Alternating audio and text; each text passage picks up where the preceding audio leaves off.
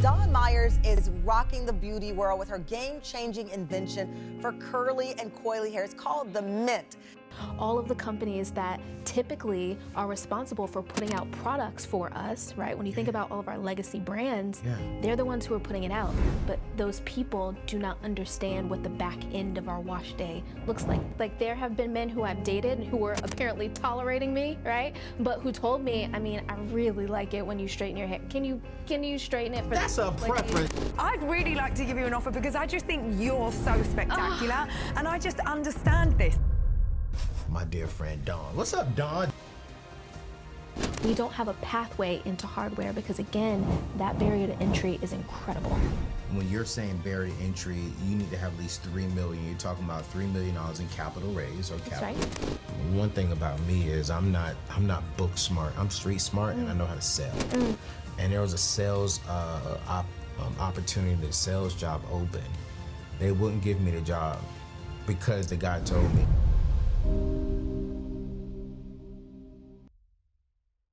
What's going on, fam? It's your boy Anthony O'Neal. Welcome back to the table. I am excited for two things. Number one, today, if you're watching this show on July 1st, man, it is my birthday. I am 40 years old today, and I am grateful that God has allowed me to see 40 years of living, 40 years of growing, 40 years of evolving. 40 years of maturing, 40 years of making mistakes and learning from those mistakes, 40 years of sometimes failing, but failing didn't stop me from progressing forward. And so I want to thank you all for rocking with me as long as you have been rocking with me. It's been a great journey. I am currently in Italy, having a great time and just celebrating my 40th. But you all know me over the last 2 or 3 years. As I've matured, I have learned that we have to start celebrating and supporting our African-American sisters, our Black sisters, because these sisters are taking on a lot. They're building a lot. They're single mothers and still doing what they need to be doing. And over the last few years, I've really come to like, yo, I got to protect them. I got to support them. I got to use my platform to help them. And I said, man, you know what? What better show to have on my birthday is to have an amazing, strong Black woman who's been through a lot, who's built something amazing. And we're just going to have a very rich conversation that I believe, one, will inspire not just our sisters, but all of us to continue to go after our dreams, even when obstacles get in our way. And two, we even going to have a religious conversation today. You know, it's going to be a dope show. So ladies and gentlemen, thank you again for your birthday wishes. Thank you for the birthday love. You all know me, the month of July, I take off the entire month of July. So, hey, these shows were recorded in the month of June. I'm recording it now in the month of June, but I unplug. And so I can recharge. And when I come back next month, August 1st, I got something special that I'm announcing that I am sharing with the world for the first time ever. So I'm going to come back way more charged, and I cannot wait to get back to be talking with you. But yo, let's not prolong this time. Let's get to my dear friend, my new sister from another Mrs., my dear friend Dawn. What's up, Dawn? Dawn? Hello? M, we ain't going to put your last name out there. You put my last name out there. What is it, Myers? Myers. Yeah. Listen, y'all, she walked in, just a sweet spirit. Oh. You know what I'm saying? I said, you have such a calm spirit. And he was like, nah, I'm not known for calmness. That's not my reputation. No, it's not. Dawn, man, I love it. Thank you for coming to the table. Of course, Thank my you pleasure, for, my honor. This conversation, it was so funny. It's one of my friends. She goes to my church. She's a news reporter here. I remember her calling me. She did a show on you, and she's like, yo, Ayo, you gotta have her on the show. She was like, Jay, love you. She was like, yo, you gotta have her. You gotta get her. And she hit me like 2 or 3 times, like, yo, you gotta have her. And then I see you was on my big sister show, Tamron Hall. That's Tam, right. love you, sis. and you're killing it. And I just started doing some research. But lo and behold, my team was like, yo, but you also sent us some stuff a while ago. And I was like, wait, well, look how things have turned around. That's like right. you were already rocking with us and saying, hey, I need to get some advice here. Cool, great. Yeah. And then I'm like, yo, love what you're doing. Love what you're building. Let's get you on the show. And so we're just going to have a real conversation today. Let's do it. Let's have a real conversation. Let's go back. You have this amazing product sitting next to you right now. And it's called the Mint. That's right. And it is, I don't know, what is it? Because I'm not a man, but I know it's like a comb for natural hair and stuff like that. Yeah. But you've started this business called the Richualist. Richualist, that's right. Richualist. Yep, Richualist. I want to start there. Yeah. Break down the name of the company and why this is so important for you being a Black woman. Yeah, so this is my second or third brand, depending on how you count it. Okay. And what's really important to me, right? We've had a lot of beautiful brands come out in the last, I'm gonna say 10, 15 years with liquid products. Liquid products. Yes. So when you think about going natural and embracing your natural textured hair, Yes, ma'am. 15, 20 years ago, we didn't have any I can't products. see. I want to move these flowers. Perfect. I'm sorry, Ed. Perfect. Go ahead. Yeah.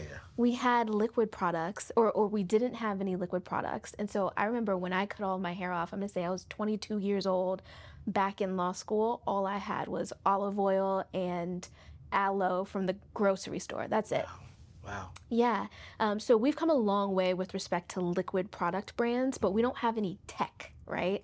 Appliances that cater to the needs of women who want to embrace their natural textured hair, right? We have blow dryers, we have hot curlers, we have flat irons. But if you want to do your curly hair, you ask any woman, any Black woman, how long it takes her to do her hair. She's going to say between 2 to 5 hours. This is a really, really lengthy. Dawn, yes. Dawn. Yes. Dawn. Yes. Come back. Yeah. Pause. Yes. Black people, come. White people, you're going to be chilling today. You're going to learn something. It takes 2 to 5 hours for y'all to curl your hair. Yeah, well, not curl it, to embrace this, to do the moisturizing and the detangling and the conditioning and the washing and all of the kind of pieces of this puzzle for natural textured hair takes a really long time. And your shock, you're a Black man, right? Yeah.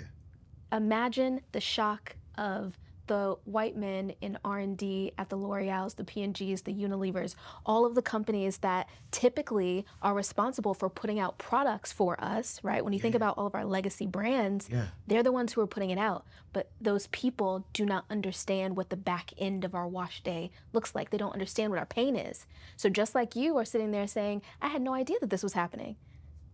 Neither do the people who are responsible for making the products. And so what I realized was, I came up with this concept and I actually took it to New York, to every beauty exec that I could get my hand on. I wasn't thinking about starting a beauty company. I was in the middle of building a real estate company, right? Right. And so I took it to those folks. They said, this is genius, but we don't make these kinds of products. We acquire companies that make these kinds of products. But if you want to see this made, you're going to have to make it. And here's the thing. I'm in tech-enabled hardware.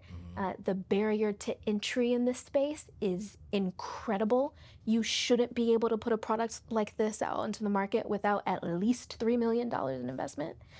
And so, this is really tough stuff. It takes a lot of expertise. It takes a lot of time to build and test and get right.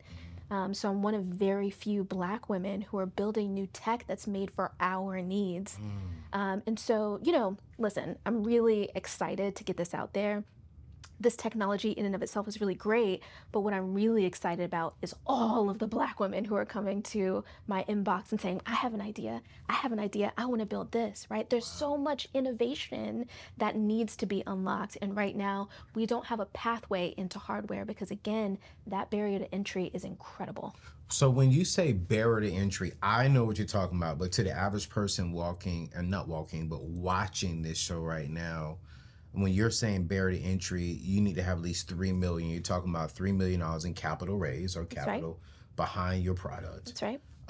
And can you break that down for them? Because we have a lot of people watching who are saying, I got some great ideas, but I didn't know I need to have this kind of capital. Why do I need to have this kind of capital to get into the tech field? Yeah, so That's what most people need to get this done. We did this on about $1 million, just over $1 million. Wow.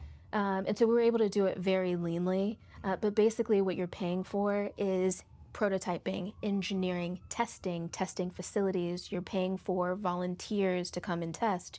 You're paying for videography. You're paying for intellectual property and legal. You're fundraising a lot of money. Every time you fundraise, you're going to have a huge legal bill.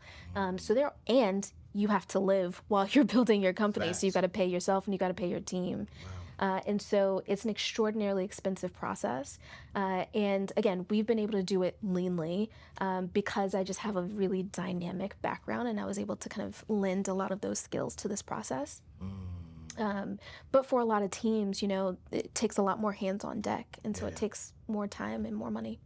What's the passion behind this, though? I mean, because, you know, I don't know how to say this the right way. Natural hair is I love natural hair. But when we look at it from the world's perspective, it has a different kind of perception. Yes. And I know that there are some ladies, black ladies specifically, who don't want to wear their natural hair because of how it looks or because of the maintenance. And then also because of what other races and what other jobs may say it doesn't look as clean as polished. That's right. Why was this such a passion for you to get into this field specifically with the stereotype that's around the natural hair perspective? Yeah, I mean, think about it. And you're a black person, so I think you can relate to this on some level. But I think for women, because hair is such a big part of our persona, it takes on a deeper level.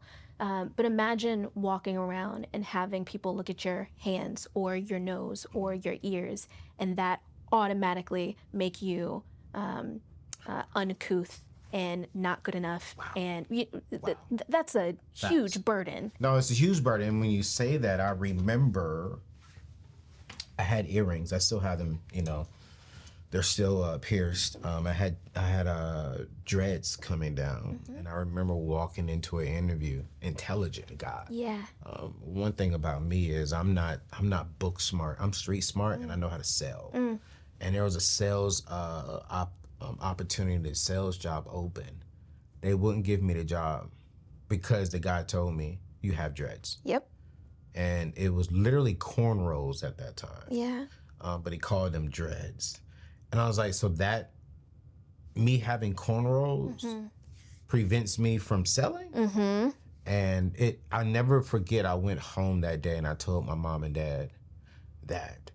And immediately my parents, they kind of, I wouldn't say echoed what they said, but they said, "We've always told you to keep your hair low." Yeah. And I said, but my skills shouldn't be determined by my hair. That's right. And if I went through that with having cornrows, I can only imagine what y'all are going through. Absolutely. As a black woman.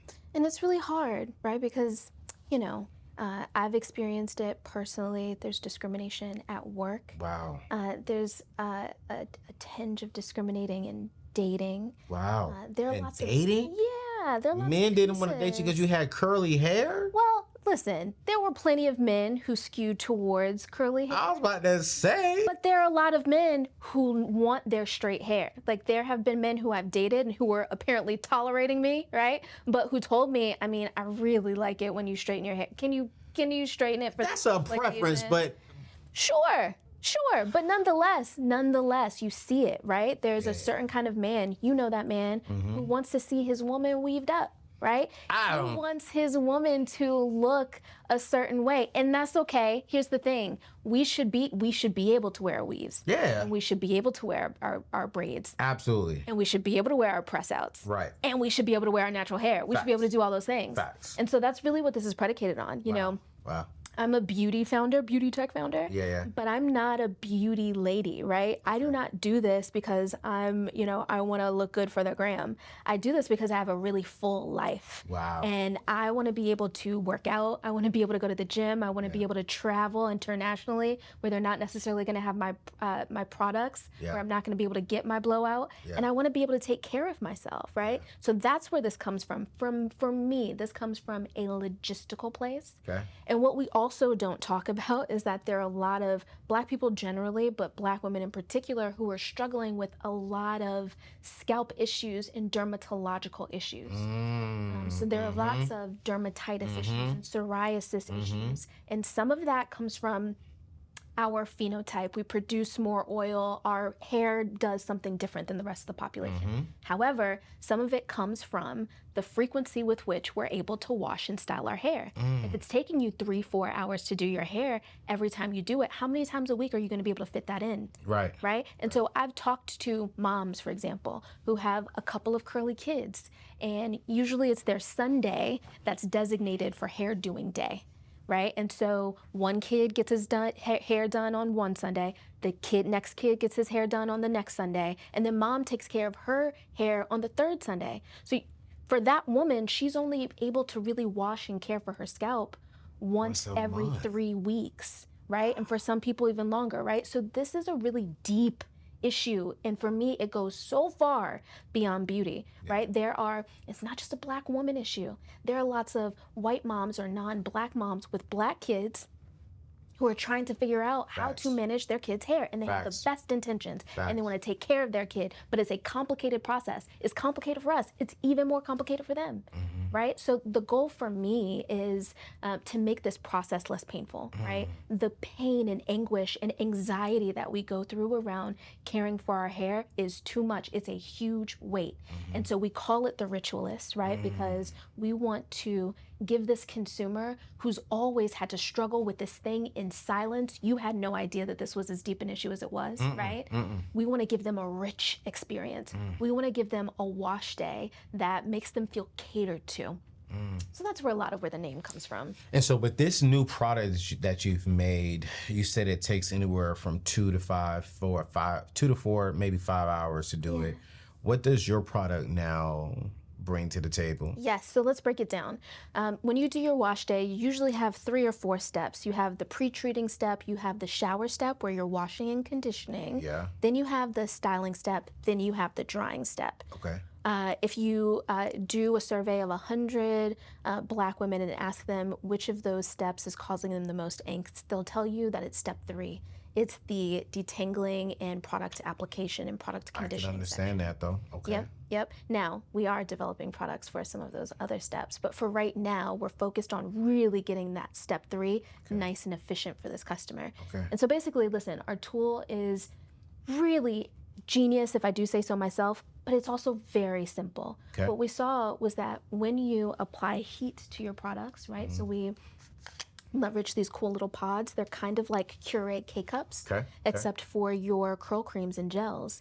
You pop your pod into your tool, and then this tool very gently warms and conditions your products to the perfect temperature where we are decreasing the friction required to detangle your product, where we're unlocking tons of value around moisturizing your hair and getting really great product penetration. That's really important for people who have low porosity hair. That's most of us with afro textured hair. And then you're able to both style and detangle at the same time. And basically what we're doing is we're streamlining the steps within that sub-step, right? So if this step is detangling, product conditioning, product application, combing, brushing, we're doing all of that in one fell swoop. And so you're able to save time and make the process easier. Wow, this sounds so detailed. I understand the simple side of it, but you building this product, how? Yeah, that's a great question. I don't even know how all of this happened so organically. I mean, it is your prototypical founder story. I had a problem. I was struggling with this problem. I look at all the women around me, they're also struggling with the problem. There are no solutions. I literally, one night, it's so cheesy, I'm watching Shark Tank, and there's this lady who says, hey, you know, I built this, you know, curl company in a year, and we made $8 million in a year. And this was a kind of majority-facing company. And I thought to myself, you know, our people are spending 9 times the rest of the population on products, and we have absolutely no products that cater to our specific needs. There's got to be something that I can develop to make this huge problem a little less of a problem. And so I sketched out an initial concept on a legal pad, and I went to CVS up on Wisconsin Avenue and the Ace Hardware in Glover Park, and I bought up combs and brushes, and I went to the Ace Hardware and bought up hinges and soldering irons, and I went home and I made this Frankenstein prototype. And with that prototype, I went around to the people, and remember, at this time, I'm building a real estate company, right? So I go around to friends of mine, and just on a whim, I'm saying, hey, if this ugly thing that I just built, just imagine that it could do this and it could do this other thing, would you buy that? And I started to see these women, their eyes are like lighting up in a way that I've never seen. You have to understand, I have always been out here hustling, right? So, you know, I've always got a business idea or two. I've never seen like this genuine enthusiasm. And quite frankly, I still wasn't there yet. I still didn't think, well, we're about to become a beauty tech founder. Didn't see that coming. I'm not an engineer, I'm not a manufacturer, had no idea how the space worked. But I knew that the thing needed to be made. And so I got on the train, the Amtrak from DC to New York, and I would take as many meetings with as many beauty execs as I could. And most of them didn't know what I was talking about, right? Because most of these execs didn't look like me. They're not from my community. They have no idea what this pain point is. They have no context for it. But I ran into a young man. His name was Keenan Beasley. Keenan Beasley at the time was a VP at L'Oreal. But he went on to start some of our more iconic brands in the Black beauty space. And Keenan said, this is genius. I get it. This is genius. It needs to happen, but L'Oreal isn't going to build this. You need to build this. And so I went back to DC and I started building. You came back to DC. Yep. And started building. Yes. And I want to pause right there because this is a show where we teach. Yes. You taught so much in that statement. Very first thing you said that I really want y'all to capture this, you saw a problem, you filled it with a need. Yes. No, I don't say that, that's wrong. You saw a problem, you saw a need, and you resolved it. Yes. We built a solution. You built a solution for it. How many of you all see a problem, but you don't see a solution? And you're scared to get out there and ask the questions like what Dawn did. And she was met with opposition. Don't get it. Don't understand it. And she kept going until she met a person who said, yo, I see it. It's brilliant. We can't do it, but you need to do it. And for me, that's like with me. I saw a problem in the minority community. Yep. I said, yo, we need financial education, but the way that we're getting it from other people is not the way that we need it. That's right. And so I said, you know what, let me step out and give it to my people the way that I know that we need it. And I've met with so many options. You're crazy leaving Dave Ramsey. You're you never gonna da-da-da-da. But it's people like you who I didn't even know had reached out, who's been watching. Like, yo, I wanna come on the show and ask you some money questions. I'm like, wait, what? Whoa, wait a minute. So what I'm doing makes sense. What you're doing makes sense and it's needed. Yeah. You saw a problem. Yeah. You did research. You asked questions. You were met with opposition, but you didn't give up. That's right. You did something that I don't really like. I know. And I want to go there because I think it's just important to have that conversation. Like, you saw this so clearly. So clearly. That you were like, yo, I have to do this. Yeah. You sold your house. No. I sold my multi-unit. Oof. You sold a multi-unit? In DC. In DC? Yeah. It said house on a sheet of paper. It didn't say multi-unit. Yeah. And you went and... I know. You went to your 401k. I did. And you emptied it. Emptied it. Can I ask how much was in it? How much was in it? It was a nice little seed fund. It was a nice little seed fund.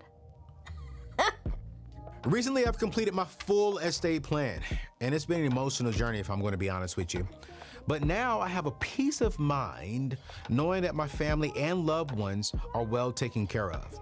But here's something you may not know that I think you need to know. According to a recent study, nearly 60% of African American adults have life insurance. Now, wait a minute. Many of these policies may not provide sufficient coverage to fully protect their families in case of unexpected deaths. This lack of adequate coverage is a pressing issue among the Black community. It can lead to financial difficulties and potentially hinder the building of generational wealth. In today's time, it's more important than ever for African Americans to give priority to life insurance and estate planning. You see, by doing so, you can ensure that your loved ones are secure in the event of your passing. This covers funeral and burial costs, clears all debts and mortgages, and provides a financial cushion to help them continue building wealth, long-lasting wealth. Don't leave your family's financial future to chance. I want you to secure life insurance today. I want you to get a free life insurance quote through my friends at Ethos. All you gotta do is go to anthonyoneal.com/life insurance. Again, that is anthonyoneal.com/life insurance for your free quote, or click the link in today's show notes. Protect your family's future and attain a peace of mind. Act right now, and let's get back to today's show. Someone watching right now is saying, Anthony, I got a dope idea. Yeah. It's going to cost me about $300,000 to do it. Yep. I got it in my 401k. I got it in the equity in my home. Hold on, Don. But you did it, Don. Yeah. I can go do this, and I can come out making $1 million in a year, 2 years, year one. What would you tell him right now? Honestly. Don't do that. I had to do that. Okay. Because when I started in this space, there were maybe 1 or 2 Black women who had attempted hardware prior to me. I'm not even joking. Gotcha. It's a handful of us. Okay. Even now, you can count on maybe 2 sets of your hands and your toes. Okay. How many Black women are out here building hardware? Okay. Okay. And I had to do that because there was no precedent for going out and raising for tech-enabled hardware that's, you know, specifically for the needs of Black women. Okay. Okay. Right? So a lot of what we're doing here is we're trying to make a case. We're trying to make the point that when you serve a niche, when you serve Black women, when you serve an over-indexing niche, right? This isn't charity. This is good business. Right? So the hope is that next person who has the really great idea, they can use me. They can use Ariane Long. They can use Ellington West, right? They can use these amazing Black women who have fought against the odds and who have gotten their companies funded. They can say, hey, look, there's a pattern that you can match to. There's a data point out there that suggests that investing in me would be a good bet too. Right? So hopefully no one has to do that. And here's the thing, God works. And I'm in a position where I can get a lot of what I sacrificed back, right? Gotcha. I moved to Baltimore. Yeah. Baltimore is doing what DC was doing in real estate 20 years ago, right? Are they? Yeah, it's really powerful, right? Wow. And there are a lot of people, just like there were 20 years ago in DC, who were afraid to go into certain neighborhoods. I'm from Southeast, I'm not afraid to go into those neighborhoods, right? Right. Now that I've spent a little bit of time in Baltimore, I'm starting to get to know these neighborhoods and understand the dynamic in a way that makes investment a little bit more realistic. And so I'm going to get back what I lost. And this was a calling for me, right? This is about so much than just beauty tech. This has, in order to get into the space and raise millions of dollars, right? I had to get into the space. I had to become an ecosystem builder. I had to learn the language of venture. I had to learn how to convince these most people who don't look like me to go in on this thing that they have no understanding of what this is or the problem that I'm solving. How do you do that? I learned to speak that language, right? And in doing that, I became a huge proponent of women generally in tech, but Black women in particular. And doing this work, right, I worked for a lot of organizations. You've probably heard of a lot of them, Black Girl Ventures, the Veneta Project, right? And in these positions, not only did I get to be a fly on the wall in the back room where those VCs are saying the things that founders never hear, I also got to collect data. Right? I also got to literally develop a database of women and Black women in tech in DC and see what they're doing, see what their milestones are, see what their revenues are, see what's going on, and then compare that to their usually male and usually white male counterparts, right? And these guys over here aren't coming close to these women, right? But these guys are getting the dollars. You know, when I hear you talk about that, it reminds me of my dear friend Ariane Simone. one of the co-founders of Fearless Fund, and how the government has now blocked her from funding minority women like yourself. Yep. And it pisses me off that the government would do that, because when I look at how hard you're working, you need funding, because you still have to raise more money to get this product out there even more. Yes. For people of color, specifically Black women. Yes. So that way they can get back more of their time. That's right. I don't look at this as a product that helps hair. What you just said, that a Black woman really can't take care of her hair but once a month. And that's going to give them back more time to help their hair, but at the same time, put more time back in with their kids, more time back in with their families, more time back into their businesses. Into their health. Into their health. Workouts. Exactly. All the things. Because like one thing we do know about, you know, our Black sisters is when y'all look good, you feel good. That's right. When you feel good, y'all talk better, you walk better, you're in a healthier place to be a healthier woman. Yeah. And so this product is not just about helping with the hair, but it's giving life back. That's right. It's giving time back. And when I think about what the government is doing, and we're going to put all of Dawn's information, you guys, inside the show notes, but we're also going to put Fearless Fund information inside of there, because they are doing a call to where the president will make an executive order to where he can block the government from stopping someone because of race. And one thing that we're going to do here at the Neatness Network is we're going to be giving away a scholarship and a grant to people of color. Oh, that's beautiful. You know, I love that. We are going to be making sure that, hey, if you got a business idea, a business concept, we want to sow a seed into that. Because what Fearless Fund and what these other organizations are doing, it's needed. Because if you wouldn't have had no one to donate to you, where would you be at today? They didn't donate. They invested. So they invested. That's what I'm saying. Yeah. Invested. Where would you be at today if you didn't have investors? I wouldn't be here. There's no way that I could have done this without investors. And what you're doing is powerful, but you don't realize how powerful it is. Wow. In venture, right? So when we think of high growth, high trajectory startup companies, right? In venture, Black women are as we tend to do, we're over indexing in terms of how many of us are starting companies and how many of us are sustaining those companies.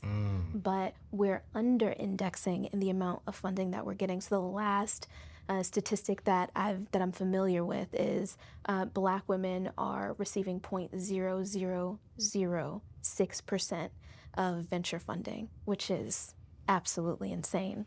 Yeah. And so even though we're over, when you think about the women in the space who are really performing, I mean, these are not slackers. These are not 19-year-olds who are just coming out of school, right? These are women with degrees. These are women with whole careers behind them. These are women with experience. Wow. And they're still not getting the support of the 19-year-old who's still in school, who has an idea that he's jotted down on a paper. My God. Yeah. My God. Yeah. Break down venture capital funding for the people who are watching. I keep saying VC, venture capital funding, investors. Like, what's the easiest way you can explain that? Venture capital is an asset class that is looking for extraordinary returns from a select number of their investments, right? So these venture capital firms are looking for people to take those moonshot bets to build really big companies with new innovative business models and new innovation, right? But that's really hard. It's really difficult to build companies like this. In the hardware space, only 3% of startups actually manage to get their product to market and into customer hands, right? So it's a really tough game. And so these venture capital firms, let's say they do 100 investments, they're looking for 2 of them to go the distance, right? They're looking for 2 of them, not just to have robust returns. These guys are looking for 1,000x, 10,000x returns, right? So they're looking for those unicorn returns. They're looking for their companies to build $1 billion plus valuations. And it's really difficult to spot that, right? So you're basically kind of playing the lottery. And so a lot of what these guys make their decisions based on, there's numbers, there's a rubric, and also a lot of it is intuition. Yes, ma'am. And also a lot of it is pattern matching, Yes, right? ma'am. And so we've seen the first generation of, Silicon Valley, big startups, right? The Facebooks, the Ubers, right? Yes. All of those guys look a certain way, right? They're Stanford dropouts and they're kind of nerdy and they're white guys and they're wearing their, tennis shoes and their sweatshirt, right? And so when VCs see that, that is what success looks like, Right. Meanwhile, when I walk into the room, they're like, hey, Whoa. ma'am, would you mind getting me another cup of coffee? God. Now, meanwhile, I'm the lawyer. Wow. I'm the person who's actually had several successful careers. Come on now. Right? Yeah. But the child who walks in behind me Right. with a different demographic, that's who they're writing the check to. But here's the thing. This is what we're not going to do, Anthony. Right. We're not going to sit here and complain. No. No. Because we can't change this landscape. I can't change what those people are going to do. Right. All I can do, and this is what entrepreneurship is, and this is why these Black women are out here killing it the way that they're killing it. This is why they're coming after Fearless Fund. They see us. Yes. And they see that even though they're not funding us, we're still building. Absolutely. Right? Absolutely. And they've seen us in every vertical that you've given us access to. Yeah. We tear it up. Right? The last 4 years, Black women have been a leading, rising entrepreneur. Absolutely. It's been that for the last 4 to 5 years. Yeah. You all are outpacing white men, white Yeah. women, Black men, Yeah. Asian men. Like, you all are on the rise. There's a beautiful study that was put out by the Kansas City Fed. You should include this in the show notes too. Done by Del Gines, who's a huge proponent of Black women entrepreneurs, and it really lays out the case. Okay. These are the numbers. This is how many of us are entering the space. This is how many of the average entrepreneur, how many years they're able to sustain their business. Look at Black women, how they're outpacing that, right? So they do a beautiful job of putting the case out there and showing this is how this niche is overproducing, Yeah. and how they're being undersupported. But I tell you that because, here's the thing. There's a lack of support in this space, but it has also forced us to step up our game. I do not get the leeway that the young man with no credentials and no career, I don't get the leeway that he does, right? But not getting that leeway forces me to learn. It forces me to have a different level of diligence. And that's why we're performing the way that we are. Right? And so we're not going to complain about it. We know the statistics, and it's important for us to understand the matrix that we're living in.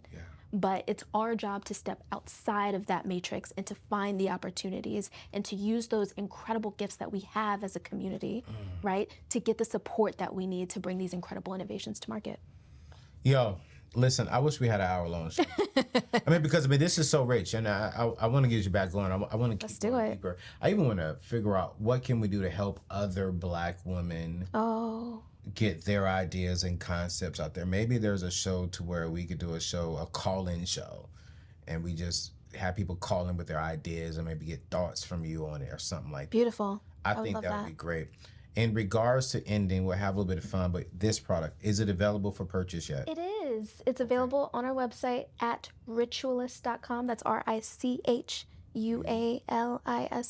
Okay. And you can find us on social media at Get Richualist on Instagram and get.ritualist on TikTok.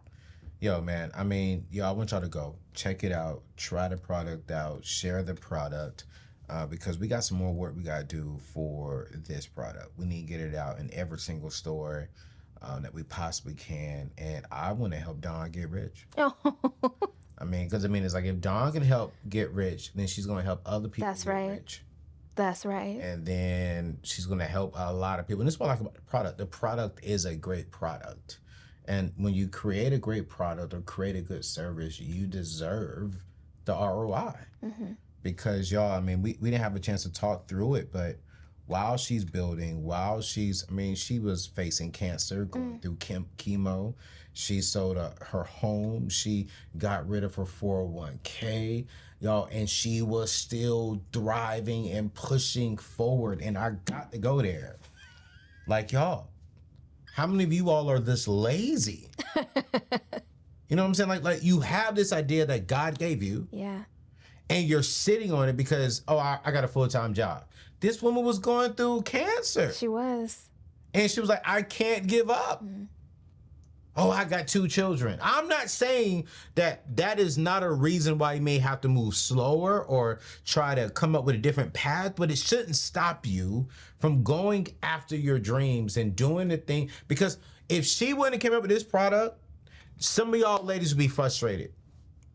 And there's something inside of you that is bringing healing, that is bringing a smile, that is helping people, and that it could help people, but you're sitting on it because you're lazy. The greatest enemy to your success is always and will always be your excuse.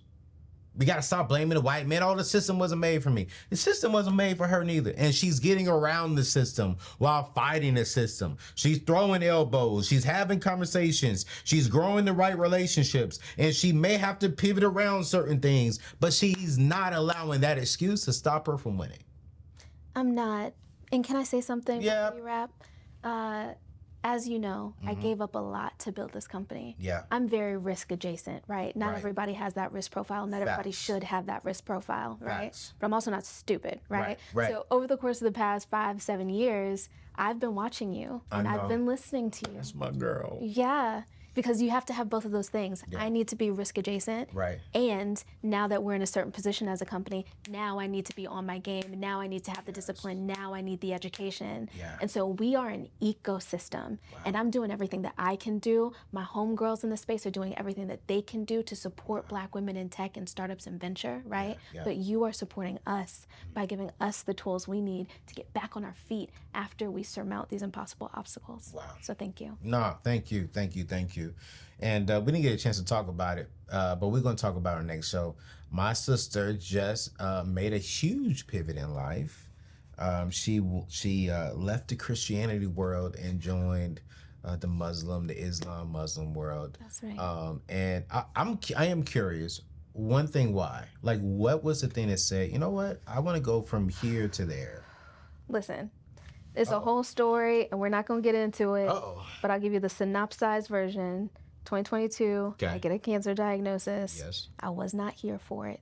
I did not want to be here for it. I was done. I had faced enough hardship, and I got a very clear message, and I didn't understand who that message was from. It's very clear to me today who that message was from. And that message was, I got you. Everything you want is on the other side, but I need you to get to the other side. And I had to go through a lot of trials and tribulations to become the kind of person who can have the life and have the joy and have the happiness that I do now. But he took me through my paces very deliberately. And I didn't really have a choice, right? It was one of those things where it unfolded so organically, and it was so clear that this is where I was supposed to be. We gotta talk about it. We gotta bring you back on and talk about it. I love this. I had a sharp young lady on my show just a month or so ago, and she was a Christian and she turned atheist. And I was like, oh, this is so good. Like, I love having these kind of conversations, just to learn and grow. You know, I went to seminary school and I have all the education right around the biblical stance, and I'm like, but at the same time, I feel as if, how come we can't have an honest conversation and a respectful conversation? Because at the end of the day, you're still my sister. That's right. You know what I'm saying? I'm still your brother. I love you. And I'm like, what you're doing is great. And we're going to support you no matter what. That's why I waited to the end to say this. And I'm like, yo, but it's like, your spirit when you came in was just so loving. You know, and Michelle, my producer, told me, she's like, hey, just FYI, she is Islam. I was like, dope. Like, I have a lot of friends who are in that faith, and one thing I love about them is they love their Black sisters. Yes. They protect their Black sisters. Yes. I talked to them about dating, and I'm like, man, y'all are strict over there, which Christians are strict too. People are strict, but it's like there's just something different about that Islam, you know, in the dating world and marriage world. Yes. And I just love, I have my questions, I ain't gonna lie about that. Yeah. But it's like, I still love my brothers and sisters, and some of the dopest and nicest people that I've ever met are Muslims. Yeah. I remember when I was in the Florida's top 100 most influential 30 under 30 individuals, 6 of them were Muslims. And I mean, we had some of the dopest conversations every time we met up for that whole year. We met once a month for a whole year. And they will all come sit next to me. Yeah. Because they're like, yo, you're the only Christian that won't like make us feel like you're trying to convert us. I'm like, bro, I love my Lord and Savior Jesus Christ. Yep. If he was here, he would have a conversation with you. And we love your Lord and Savior Jesus Christ. He's very much a part of our story in Islam. I love it. I love it. So we're going to definitely have a conversation. Let's. You know, but we're going to put all of Dawn's information, you guys, inside of the show notes. Go get the product. And we are going to also link Fearless Fund inside of today's show notes too, because I want us to get behind Ariane and her amazing team over there and help them get this signed, because what they're doing is helping people like Dawn. Yes. And people like yourself who will come up with creative ideas. And their whole mission was, hey, we just want to give $10,000 grants out, just $10,000 grants out to small African-American women of color, small business owners, not small African-American women, but small African-American business owners, specifically women.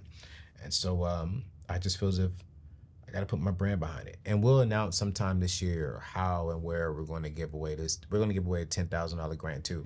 And if you want to be a part of that, hey, shoot me an email. If we want to go from 10 grand to 20 grand to 30 grand, let's do it. And we'll get Dawn involved with it too to help us make sure we give it away the correct way and the right. That's right. All right, y'all. So we love you. God bless you. We'll see you in the next show. Peace out.